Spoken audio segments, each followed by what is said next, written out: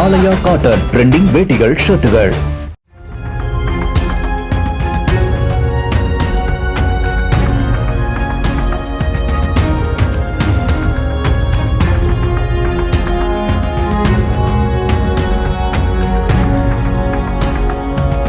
கடந்த சில தினங்களுக்கு முன்னர் பெய்த கனமழையால் அரியலூர் புதிய பேருந்து நிலையத்தில் உள்ள சுவர் பகுதியில் நீர்க்கசிவு ஏற்பட்டதாக வந்த புகாரை அடுத்து மாவட்ட ஆட்சியர் மிருணாளினி மற்றும் நகராட்சி அதிகாரிகள் ஆய்வு மேற்கொண்டனர்.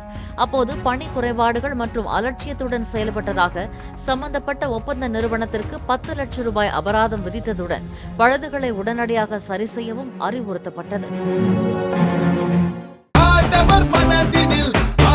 ஆலயா காட்டன் ட்ரெண்டிங் வேட்டிகள் ஷர்ட்டுகள். பிளே ஸ்டோர் மற்றும் ஆப் ஸ்டோரில் இருந்து பாலிமர் செயலியை QR கோடு மூலம் பதிவிறக்கம் செய்யுங்கள். செய்திகளை உடனுக்குடன் பெறுங்கள்.